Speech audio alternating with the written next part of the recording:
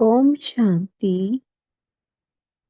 आज 4 मार्च 2025 के साकार मधुर वाक्य हैं मधुबन से। आज मीठे बाप दादा जी ने कहा, मीठे बच्चे, जिन्होंने शुरू से भक्ति की है, 84 जन्म लिए हैं, वह तुम्हारे ज्ञान को बड़ी रुचि से सुनेंगे, इशारे से समझ जाएंगे। प्रश्न है, देवी देवता घराने के नजदीक वाली आत्मा है या दूर वाली? उसकी परख क्या होगी? उत्तर है, जो तुम्हारे देवता घराने की आत्माएं होंगी, उन्हें ज्ञान की सब बातें सुनते ही जच जाएंगी। वो मूंझेंगे नहीं। जितना बहुत भक्ति की होगी, उतना जास्ती सुनने की कोशिश करेंगे। तो बच्चों को नब्ज देखकर सेवा करनी चाहिए। अगर हम किसी को बाबा का परिचय दे रहे हैं और सामने वाली आत्मा एकदम चातक होकर सुन रही है, समझने की कोशिश कर रही है, इसका मतलब वो आत्मा हमारे घराने की है। और कोई हमें सुनते हुए भी नहीं सुन रहा है, कोई इधर उधर फेस कर रहा है, कोई अवॉइड कर रहा है, इसका मतलब बस हमें बीज डालकर भू भू भू कर कर छोड़ देना चाहिए। अगर वो हमारे घराने की होगी तो आ जाएगी, नहीं तो वो हमारे घराने की है ही नहीं। तो ऐसा समझ लेना चाहिए। तो बाबा ने कहा, नब्ज देखकर सेवा करनी चाहिए। अपनी एनर्जी ज्यादा नहीं खर्च करनी है, नब्ज देख लेनी है, समझ लेना है। ओम शांति। रूहानी बाप बैठ रूहानी बच्चों को समझाते हैं। ये तो बच्चे समझ गए, रूहानी बाप है निराकार। इस शरीर द्वारा बैठ समझाते हैं। हम आत्मा भी निराकार हैं। इस शरीर से सुनते हैं। तो अब दो बाप इकट्ठे हैं ना। बच्चे जानते हैं दोनों बाबा यहाँ हैं।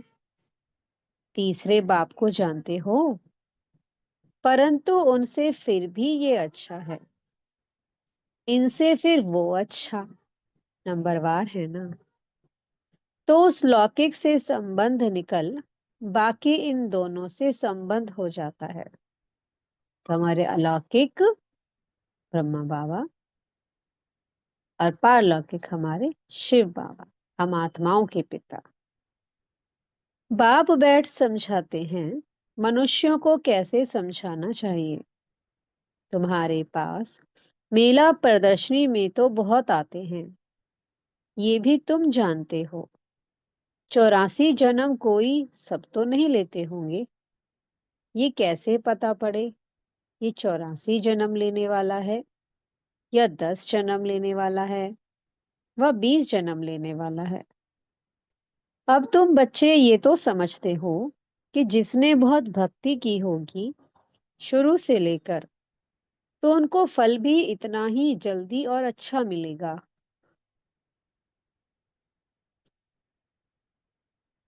थोड़ी भक्ति की होगी और देरी से की होगी, तो फल भी इतना थोड़ा और देरी से मिलेगा। ये बाबा सर्विस करने वाले बच्चों के लिए समझाते हैं। बोलो, तुम भारतवासी हो तो बताओ, देवी देवताओं को मानते हो? भारत में इन लक्ष्मी नारायण का राज्य था ना। जो 84 जन्म लेने वाला होगा, शुरू से भक्ति की होगी, वो झट समझ जाएगा। बरोबर आदि सनातन देवी देवता धर्म था। रुचि से सुनने लग पड़ेंगे।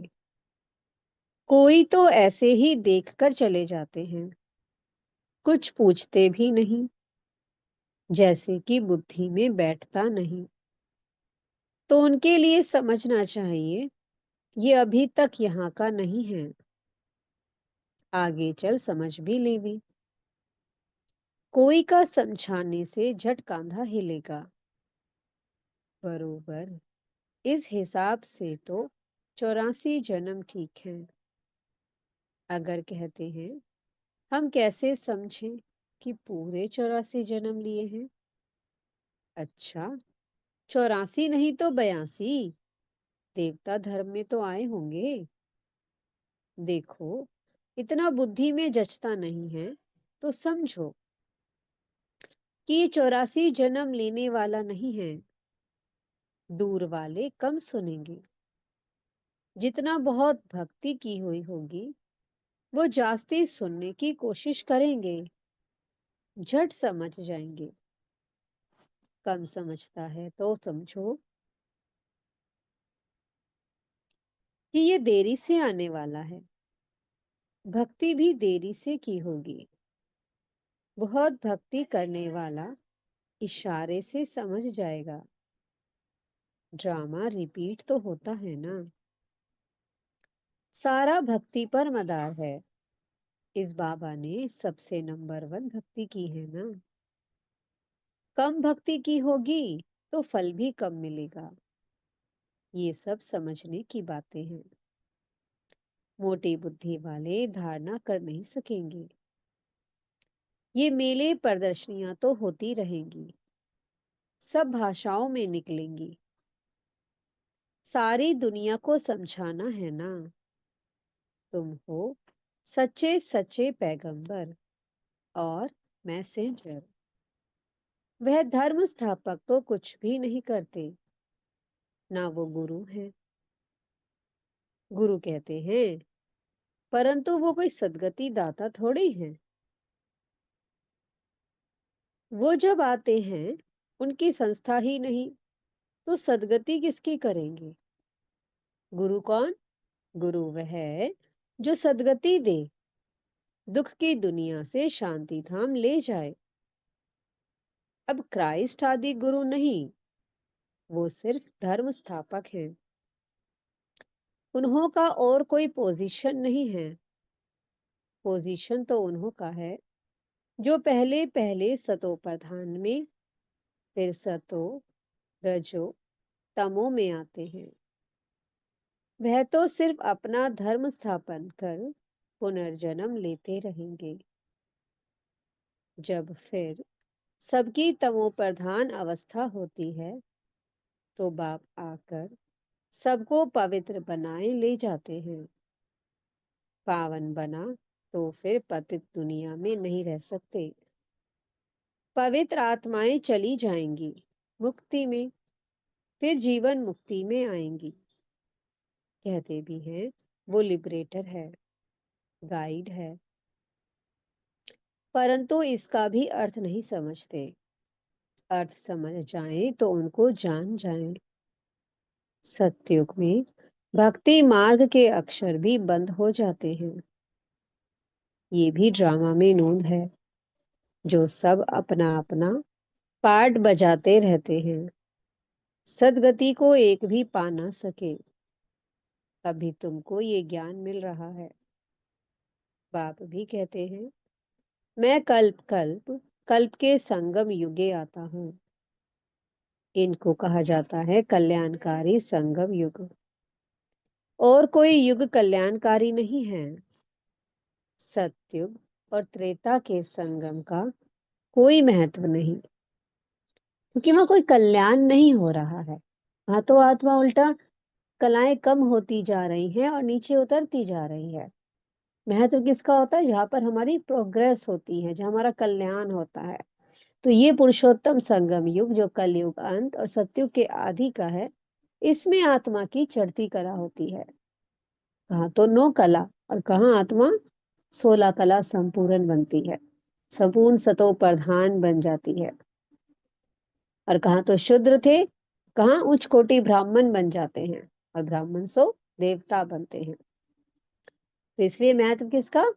इस पुरुषोत्तम संगम युग का। सूर्यवंशी पास्ट हुए, फिर चंद्रवंशी राज्य चलता है। फिर चंद्रवंशी से वैश्यवंशी बनेंगे, तो चंद्रवंशी पास्ट हो गए। उनके बाद क्या बने? वह पता ही नहीं रहता है। चित्र आदि रहते हैं तो समझेंगे ये सूर्यवंशी हमारे बड़े थे, ये चंद्रवंशी थे। वो महाराजा और वो राजा, वो बड़े धनवान थे, वो फिर भी नापास तो हुए ना। ये बातें कोई शास्त्रों आदि में नहीं है। अब बाप बैठ समझाते हैं। सभी कहते हैं हमको लिबरेट करो, पतित से पावन बनाओ। सुख के लिए नहीं कहेंगे, क्योंकि सुख के लिए निंदा कर दी है शास्त्रों में। सब कहेंगे मन को शांति कैसे मिले। अभी तुम बच्चे समझते हो, तुमको सुख शांति दोनों मिलते हैं। जहाँ शांति है वहां सुख है, जहाँ अशांति है वहां दुख है। सतयुग में सुख शांति है, यहाँ दुख अशांति है। ये बाप बैठ समझाते हैं। तुमको माया रावण ने कितना तुच्छ बुद्धि बनाया है, ये भी ड्रामा बना हुआ है। बाप कहते हैं मैं भी ड्रामा के बंधन में बांधा हुआ हूँ। मेरा पाठ भी अभी है जो बजा रहा हूँ। कहते भी हैं बाबा कल्प कल्प आप ही आकर भ्रष्टाचारी पतित से श्रेष्ठाचारी पावन बनाते हो। भ्रष्टाचारी बने हो रावण द्वारा, अब बाप आकर मनुष्य से देवता बनाते हैं। ये जो गायन है उनका अर्थ बाप ही आकर समझाते हैं। उस अकाल तख्त पर बैठने वाले भी इसका अर्थ नहीं समझते। बाबा ने तुमको समझाया है। आत्माएं अकाल मूर्त हैं। आत्मा का ये शरीर है रथ, आत्मा का ये शरीर है रथ। इस पर अकाल अर्थात जिसको काल नहीं खाता वो आत्मा विराजमान है। सतयुग में तुमको काल नहीं खाएगा। अकाले मृत्यु कभी नहीं होगी। वो है ही अमरलोक और ये है मृत्यु लोक। अमरलोक मृत्यु लोक का भी अर्थ कोई नहीं समझते हैं। आप कहते हैं मैं तुमको बहुत सिंपल समझाता हूँ। सिर्फ मामे कम याद करो तो तुम पावन बन जाएंगे। साधु संत आदि भी गाते हैं पतित पावन सीताराम। पतित पावन बाप को बुलाते हैं। सभी पुकार रहे थे ना हे पतित पावन आओ। कहाँ भी जाओ तो ये जरूर कहेंगे पतित पावन। सच तो कभी छिप नहीं सकता। तुम जानते हो अभी पतित पावन बाप आया हुआ है, हमें रास्ता बता रहे हैं। कल्प पहले भी कहा था कि अपने को आत्मा समझ मामे कम याद करो तो तुम सतो प्रधान बन जाएंगे। तुम सब आशिक हो मुझ माशुक के। वो आशिक माशुक तो एक जन्म के लिए होते हैं। तुम जन्म जन्मांतर के आशिक हो। याद करते आए हो हे प्रभु, देने वाला तो एक ही बाप है ना। बच्चे सब बाप से ही मांगेंगे। आत्मा जब दुखी होती है तो बाप को याद करती है। सुख में कोई याद नहीं करते, दुख में याद करते हैं।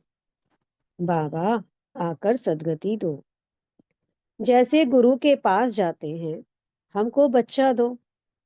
अच्छा, बच्चा मिल गया तो बहुत खुशी होगी। बच्चा नहीं हुआ तो कहेंगे ईश्वर की भावी।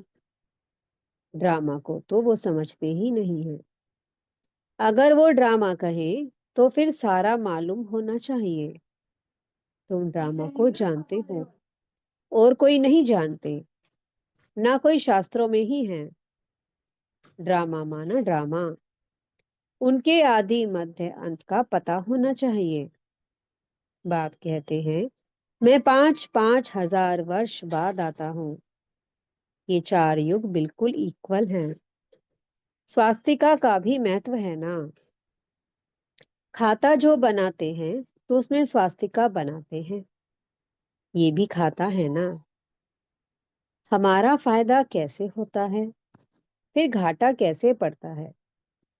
घाटा पड़ते पड़ते अभी पूरा घाटा पड़ गया है।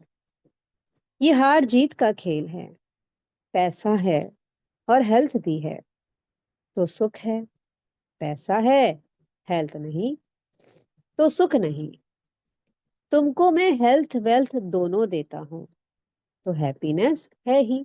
तो जहां पर हेल्थ भी है और वेल्थ भी है तो वहां पर हैप्पीनेस है ही। जब कोई शरीर छोड़ता है तो मुख से तो कहते हैं कि फलाना स्वर्ग पधारा, लेकिन अंदर दुखी होते रहते हैं। इसमें तो और ही खुश होना चाहिए। फिर उनकी आत्मा को नरक में क्यों बुलाते हो? कुछ भी समझ नहीं है। अभी बाप आकर ये सब बातें समझाते हैं। बीज और झाड़ का राज समझाते हैं। ऐसे झाड़ और कोई बना ना सके। ये कोई इसने नहीं बनाया है। इनका कोई गुरु नहीं था। अगर होता तो उनके और भी शिष्य होते ना।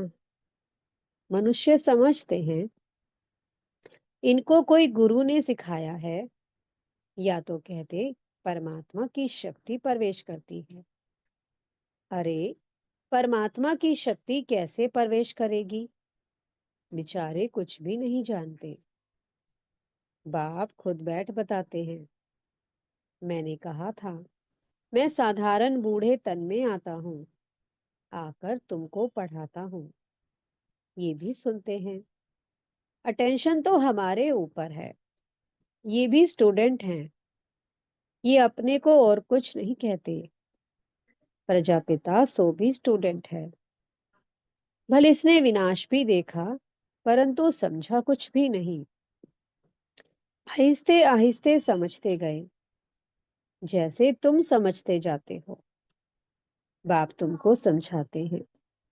बीच में ये भी समझते जाते हैं, पढ़ते रहते हैं। हर एक स्टूडेंट पुरुषार्थ करेंगे पढ़ने का। ब्रह्मा विष्णु शंकर तो हैं सूक्ष्म वतनवासी। उन्हों का क्या पाठ है ये भी कोई नहीं जानते। बाप हर एक बात आपे ही समझाते हैं। तुम प्रश्न कोई पूछ नहीं सकते। ऊपर में है शिव परमात्मा, फिर देवताएं। उनको मिला कैसे सकते हैं? कहाँ तो परमात्मा और कहाँ देवताएं, फर्क है ना। तो बाबा कहते हैं उनको मिला कैसे सकते हैं? अभी तुम बच्चे जानते हो, बाप इसमें आकर प्रवेश करते हैं। इसलिए कहा जाता है बाप दादा। बाप अलग है और दादा अलग है। बाप शिव, दादा ब्रह्मा है। वर्षा शिव से मिलता है इन द्वारा। ब्राह्मण हो गए ब्रह्मा के बच्चे। बाप ने अडॉप्ट किया है ड्रामा के प्लान अनुसार। बाप कहते हैं नंबर वन भक्त ये है। 84 जन्म भी इसने लिए हैं। सांवरा और गोरा भी इनको कहते हैं। श्री कृष्ण सतयुग में गोरा था, कलयुग में सांवरा है। पतित है ना, फिर पावन बनते हैं। तुम भी ऐसे बनते हो। ये है आयरन एजेड वर्ल्ड और वो है गोल्डन एजेड वर्ल्ड। सीढ़ी का किसको पता नहीं है। जो पीछे आते हैं वो 84 जन्म थोड़े ही लेते होंगे। वो जरूर कम जन्म लेंगे। फिर उनको सीढ़ी में दिखा कैसे सकते हैं? बाबा ने समझाया है सबसे जास्ती जन्म कौन लेंगे और सबसे कम जन्म कौन लेंगे। ये है नॉलेज। बाप ही नॉलेजफुल पतित पावन है। आदि मध्य अंत की नॉलेज सुना रहे हैं। वो सब नेति नेति करते आए हैं। अपनी आत्मा को ही नहीं जानते तो बाप को फिर कैसे जानेंगे? सिर्फ कहने मात्र कह देते हैं कि आत्मा क्या चीज है, लेकिन कुछ भी नहीं जानते। तुम अभी जानते हो आत्मा अविनाशी है। उसमें 84 जन्मों का अविनाशी पाठ नुधा हुआ है। इतनी छोटी सी आत्मा में कितना पाठ नुधा हुआ है। जो अच्छी रीति सुनते और समझते हैं तो समझा जाता है कि ये नजदीक वाला है। बुद्धि में नहीं बैठता है तो देरी से आने वाला होगा। सुनाने की बच समय नब्ज देखी जाती है। अगर हम किसी को ज्ञान सुना रहे हैं तो बाबा ने कहा ना, नब्ज देखी जाती है, परखा जाता है। समझाने वाले भी नंबरवार है ना। तुम्हारी ये पढ़ाई है। राजधानी स्थापन हो रही है। कोई तो ऊंच से ऊंच राजाई पद पाते हैं, कोई तो प्रजा में नौकर चाकर बनते हैं। बाकी हाँ, इतना है कि सत्युग में कोई दुख नहीं होता। उनको कहा ही जाता है सुखधाम, बहिष्ठ। पास्ट हो गया है, तब तो याद करते हैं ना। मनुष्य समझते हैं स्वर्ग कोई ऊपर छत में होगा। दिलवाड़ा मंदिर में तुम्हारा पूरा यादगार खड़ा है। आदिदेव, आदि देवी और बच्चे नीचे योग में बैठे हैं। ऊपर में राजाई खड़ी है। मनुष्य तो दर्शन करेंगे, पैसा रखेंगे, समझेंगे कुछ भी नहीं। तुम बच्चों को ज्ञान का तीसरा नेत्र मिला है। तुम सबसे पहले तो बाप की बायोग्राफी को जान गए, तो और क्या चाहिए। बाप को जानने से ही सब कुछ समझ में आ जाता है। तो खुशी होनी चाहिए। तुम जानते हो, अभी हम सत्युग में जाकर सोने के महल बनाएंगे, राज्य करेंगे।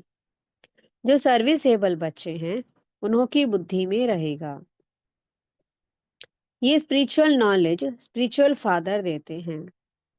स्पिरिचुअल फादर कहा जाता है आत्माओं के बाप को। वही सदगति दाता है, सुख शांति का वर्षा देते हैं। तुम समझा सकते हो, ये सीढ़ी है भारतवासियों की।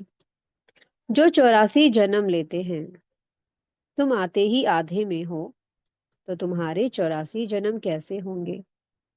सबसे जास्ती जन्म हम लेते हैं। ये बड़ी समझने की बातें हैं। मुख्य बात ही है, पतित से पावन बनने के लिए बुद्धि योग लगाना है। पावन बनने की प्रतिज्ञा कर, फिर अगर पतित बनते हैं तो हड़गुड़ एकदम टूट पड़ती है। जैसे कि 5 मंजिल से गिरते हैं, बुद्धि ही मलेच की हो जाती है। दिल अंदर खाता रहेगा। जो बाबा का बनकर फिर विकारों में गिरा, तो बुद्धि कैसी बन गई, मलेच्छ बन गई, भ्रष्ट हो जाती है। अंदर अंदर दिल खाता रहता है। मुख से कुछ निकलेगा नहीं, इसलिए बाप कहते हैं खबरदार रहो। अच्छा, मीठे मीठे सिक्की लधे बच्चों प्रति माता पिता बाप दादा का याद प्यार और गुड मॉर्निंग। रूहानी बाप की रूहानी बच्चों को नमस्ते। हम रूहानी बच्चों की मीठे रूहानी बाप दादाजी को बहुत बहुत याद प्यार, गुड मॉर्निंग और नमस्ते। धारणा के लिए मुख्य सार है। पहला पॉइंट, इस ड्रामा को यथार्थ रीति समझ माया के बंधनों से मुक्त होना है। स्वयं को अकाल मूरत आत्मा समझ बाप को याद कर पावन बनना है। दूसरा पॉइंट है, सच्चा सच्चा पैगंबर और मैसेंजर बन सबको शांति धाम सुखधाम का रास्ता बताना है। इस कल्याणकारी संगम युग पर सभी आत्माओं का कल्याण करना है। मीठे सतगुरु जी वरदान दे रहे हैं, बाप और सेवा की स्मृति से एक रस स्थिति का अनुभव करने वाले सर्व आकर्षण मुक्त भव। जैसे सर्वेंट को सदा सेवा और मास्टर याद रहता है, ऐसे वर्ल्ड सर्वेंट सच्चे सेवाधारी बच्चों को भी बाप और सेवा के सिवाय कुछ भी याद नहीं रहता। इससे ही एक रस स्थिति में रहने का अनुभव होता है। उन्हें एक बाप के रस के सिवाय सब रस नीरस लगते हैं। एक बाप के रस का अनुभव होने के कारण कहाँ भी आकर्षण नहीं जा सकती। ये एक रस स्थिति का तीव्र पुरुषार्थ ही सर्व आकर्षणों से मुक्त बना देता है। यही श्रेष्ठ मंजिल है। स्लोगन है, नाजुक परिस्थितियों के पेपर में पास होना है तो अपनी नेचर को शक्तिशाली बनाओ।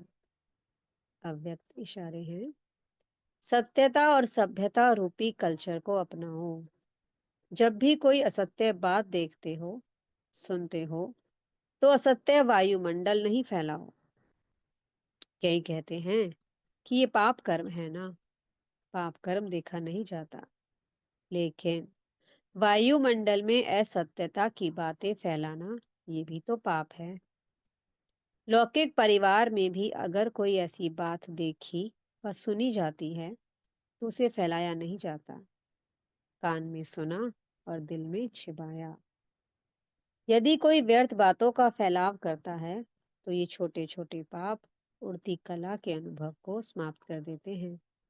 इसलिए इन कर्मों की गहन गति को समझकर यथार्थ रूप में सत्यता की शक्ति धारण करो। ओम शांति। बहुत बहुत शुक्रिया प्यारे प्यारे हमारे मीठे मीठे बाप दादा जी का। ओम शांति।